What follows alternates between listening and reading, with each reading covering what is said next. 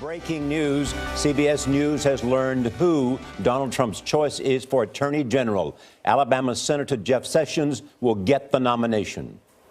This decision comes one day after the president-elect tapped another campaign loyalist to be national security advisor. Retired three-star General Michael Flynn has a history of criticizing Muslims and American intelligence agencies. Major Garrett is the first with this original reporting about the Trump transition. Major, good morning. Good morning. Jeff Sessions, senator from Alabama, the first senator to endorse Donald Trump, has been part of the Trump campaign and part of the conversations about the Supreme Court and other key justice issues since President-elect Trump became president-elect after the November 8th election.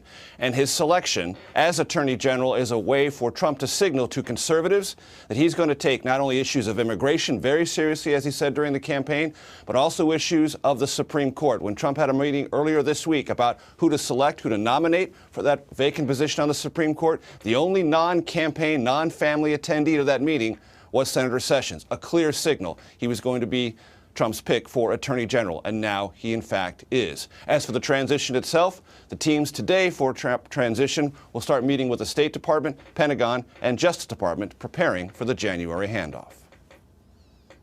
It's going really well. President-elect Donald Trump has chosen retired Lieutenant General Michael Flynn as his national security advisor, a job that coordinates military intelligence and diplomatic policy from the White House.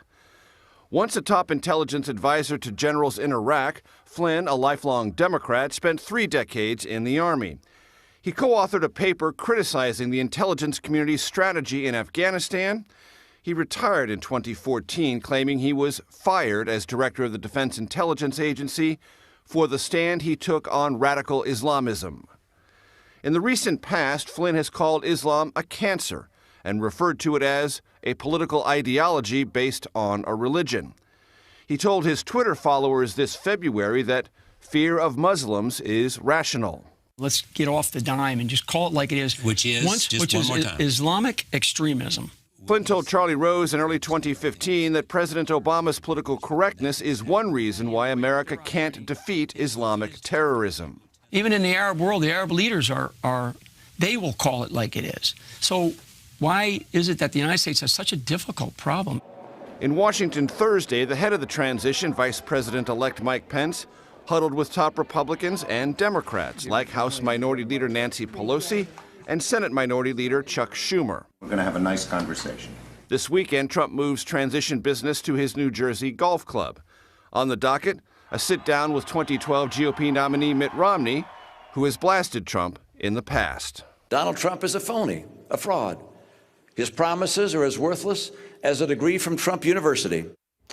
The president-elect has yet to emerge from Trump Tower to make any announcements, but he does have his Twitter feed handy, of course. And last night he tweeted that he spoke to the chairman of Ford Motor Company, saying Ford will now keep the Lincoln plant it planned to move to Mexico here in the United States, specifically Kentucky. Now, in a statement, Ford said the president-elect and Congress will make it possible to keep production of this vehicle here in the U.S. There is one small caveat.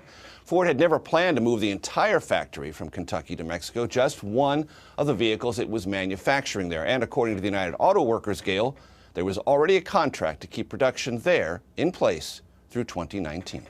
All right, adds another layer to the story. Thank you very much, Major.